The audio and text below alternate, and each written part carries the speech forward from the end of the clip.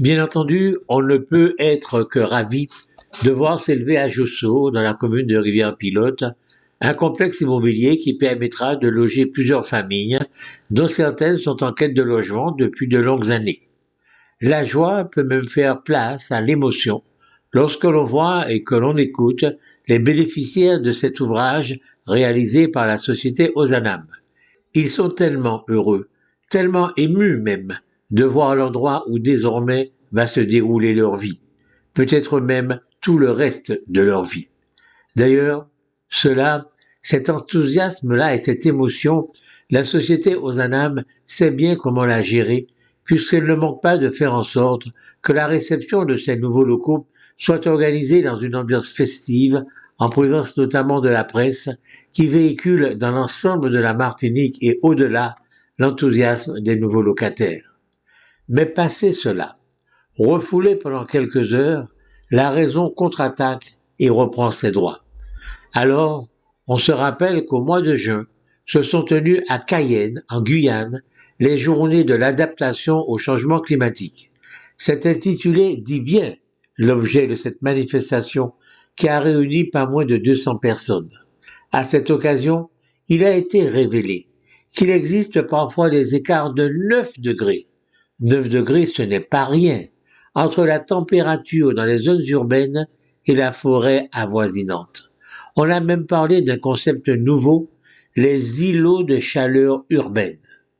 Tout cela résulte, bien entendu, du réchauffement climatique. Mais les effets du réchauffement climatique ne se font évidemment pas ressentir seulement en Guyane. Toute la planète est concernée, mais plus encore que les autres pays, les régions comme les nôtres, où il fait ordinairement chaud, où la chaleur est le climat normal. Il faut donc, disons-le encore une fois, redisons-le, répétons-le une fois de plus, il faut repenser tout notre habitat, non seulement sa localisation, mais également sa construction en fonction de cette réalité-là, en fonction du réchauffement climatique. Il est donc impératif que les sociétés qui construisent nos logements et à terme nos villes conçoivent des logements qui le prennent sérieusement en compte, ce réchauffement climatique, des logements dont la priorité est qu'il y fasse le moins chaud possible, des logements qui, en plus, puissent profiter de l'eau qui nous est donnée gratuitement par la pluie, du soleil qui nous est donné gratuitement, du vent aussi qui nous est donné gratuitement. Cela signifie que, peut-être, et même sûrement, il faut utiliser de nouveaux matériaux, les inventer s'il le faut, que le génie martiniquais se mette en marche pour mettre au point la nouvelle construction qui convient aux régions tropicales et qui pourrait, pourquoi pas, partir à la conquête du monde.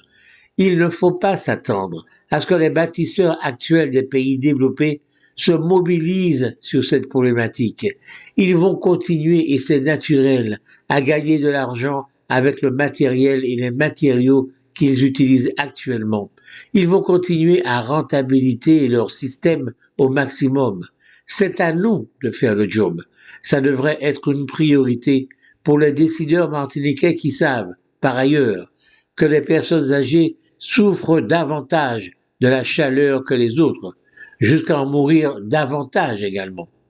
Or, notre population, la population de la Martinique, ne cesse de vieillir. Nous sommes d'ores et déjà la collectivité territoriale qui compte le plus de vieux.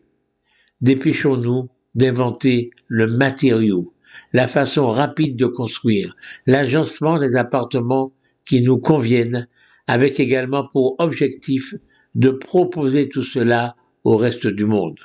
Ça nous permettra, en passant, de sortir un peu de la production de la banane et de la canne à sucre.